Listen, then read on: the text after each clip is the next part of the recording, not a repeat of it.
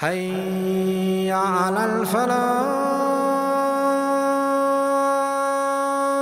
Allah Almighty says, when the prescribed time comes for any one of you, Allah says He will not be able to delay it by a moment, nor will He bring it forward. Meaning the person will not be brought forward nor delayed. The person will not be able to delay it nor bring it forward.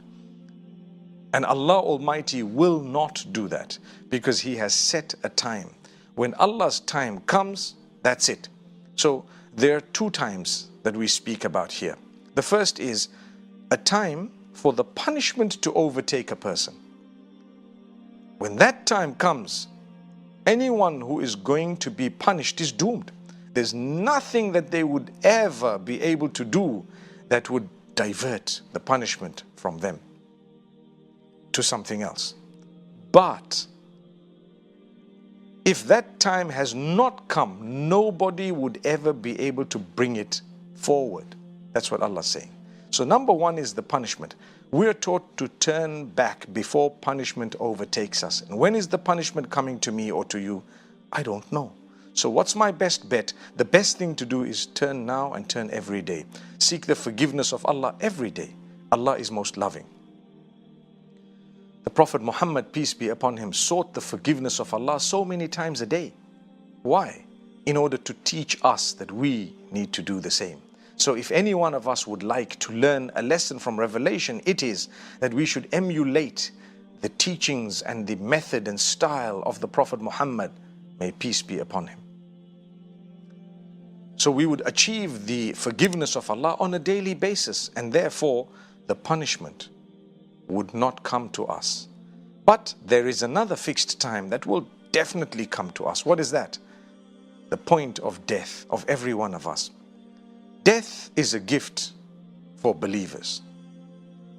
A person who believes in Allah Almighty, do you know that they would look at death from a totally different angle? They would say, everyone has to die anyway, and we have to return to the Almighty. We were with Him before we came onto the earth anyway. And now that I'm going back to Him, I've done a lot of good deeds. I've tried to be a good person. I've worshipped Him alone. I've fulfilled my obligations. I've stayed away from prohibition. I've tried to assist all other human beings. I've tried to be kind to a lot of others, but at the same time, the gift that I have is I know I'm going to a good place. I know that the Almighty, the Lord I'm going to, is a merciful Lord filled with kindness, compassion. He is the most forgiving, the most beneficent. He has beautiful names and qualities. Yes, He has warned us, and I have taken heed and I've tried. And yes, there is a concern, but I still have greater hope than anything else in the mercy of Allah. Where would we learn this from? Revelation. If you're not connected to revelation in the correct way, you either have too much of fear or too much of hope. But if you're connected to revelation in the correct way, you will have a balance of hope and fear, where the scale of hope tips the scale of fear to a degree that it keeps you going and worshipping Allah and looking forward to the hereafter, knowing that as much as my deeds may not be of a level that is equivalent to that of the prophets and that of the saints and that of the pious and so on, but at least I've tried, and I'm going to a Lord who's prepared to accept me because I tried my best to develop the best relationship. Allah Almighty warns us, and this is something interesting regarding revelation. When you reconnect with revelation, you realize the warnings that come from Allah Almighty. Do you know? Man thinks that he has achieved so much. But Allah says, وَمَا أُوتِيتُم مِّنَ الْعِلْمِ إِلَّا قَلِيلًا. You have not been given knowledge except a little droplet, a small portion of it, a very minute portion of knowledge. That's what you have. You take a look at the discoveries that man is making every day is proving to man how insignificant he is, because planets are being discovered, millions of them, on a daily basis. And that's a fact. There are telescopes that have gone out into space, the latest, that there are sending back images of mind-boggling planets across, subhanallah, the existence. And it goes on for millions of light years. Subhanallah.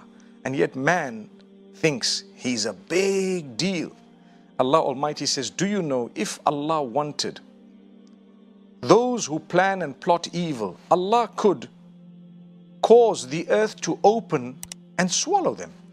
أَفَأَمِنَ الَّذِينَ مَكَرُوا السَّيِّئَاتِ أَن يَخْسِفَ اللَّهُ بِهِمُ الْأَرْضِ أَوْ يَأْتِيَهُمُ الْعَذَابُ مِنْ حَيْثُ لَا يَشْعُرُونَ. Those who plan and plot evil plots on earth. مَكَرُوا أَفَأَمِنَ الَّذِينَ مَكَرُوا السَّيِّئَاتِ. Those who are planning and plotting evil things and sins. Do they feel safe from Allah Almighty causing the earth to open up and swallow them within? Or for Allah to send a punishment against them? Do they feel secure? Which means, do they really think we cannot do that? Allah's just warning us to say, the punishment is real.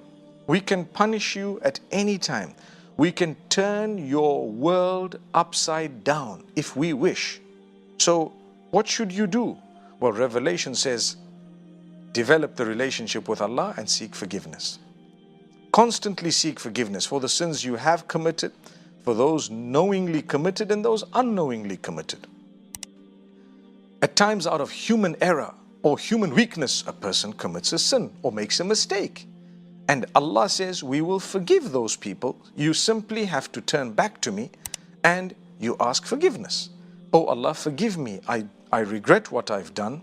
I won't do it again. I seek your forgiveness, and there you go. You're forgiven by Allah Almighty. But if a person has transgressed against Allah in a big way, has never ever worshipped Allah, if a person has defied Allah Almighty, for as long as he or she is alive, there is hope that if they turn to Allah, Allah will forgive them, because they haven't died. The examination is not over. The worldly examinations that we have, there is a limited time, an hour or 2 hours, after which the invigilator declares the end of the examination and you've got to put your pens down. The same applies in life. Life being a test, as the Quran tells us, there is a time when your test will come to an end. The invigilator would announce that this is the end, for example, of your test. You cannot write anymore. Everything is done. It's over. Your deeds are sealed. They're going across. And you know what? You have to make sure before that day comes that you have the correct answers, or you've written the correct answers for those particular tests that have been chosen for you in your life. So this is why we say, revelation will remind you that you are going to return to Allah. Revelation will remind you that Allah has the capacity to punish. But by His mercy, He won't. If you are turning to Him, what comes to you in your direction would actually be the mercy of Allah. You will be content and you will be happy. May Allah Almighty grant us contentment. May Allah Almighty have mercy on all of us. أقول قولي هذا وصلى الله وسلم وبارك على نبينا محمد. My brothers and sisters, at times we see people committing sin and we see evil people and we wonder, why is it that the Almighty is not punishing them? Why does He allow them to get away with whatever they're doing? Well, the reality is Allah doesn't allow them to get away. He just gives them a chance. He gives them a time to think about what they're doing and to stop it on their own. So if you are doing something wrong, don't think that just because everything in your life is moving smooth, that Allah is happy with you. Perhaps He is giving you a time to turn to Him. He's giving you an opportunity to turn to Him before the punishment strikes. And this is why it's very important for us to reconnect with revelation, to see what the Almighty is saying. So Allah Almighty clearly says, وَلَوْ يُؤَاخِذُ اللَّهُ النَّاسَ بِظُلْمِهِمْ. If Allah had to punish the people for the wrong and the oppression that they've engaged in, مَا تَرَكَ عَلَيْهَا مِنْ دَابَّةٍ. There would be nothing left on earth.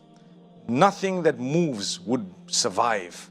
He would have destroyed everything, because the amount of sin and the amount of oppression and wrong that has happened, if people were to be punished because of the transgression they've engaged in and they were never forgiven or never given a chance, if that was the case, everything would have been destroyed.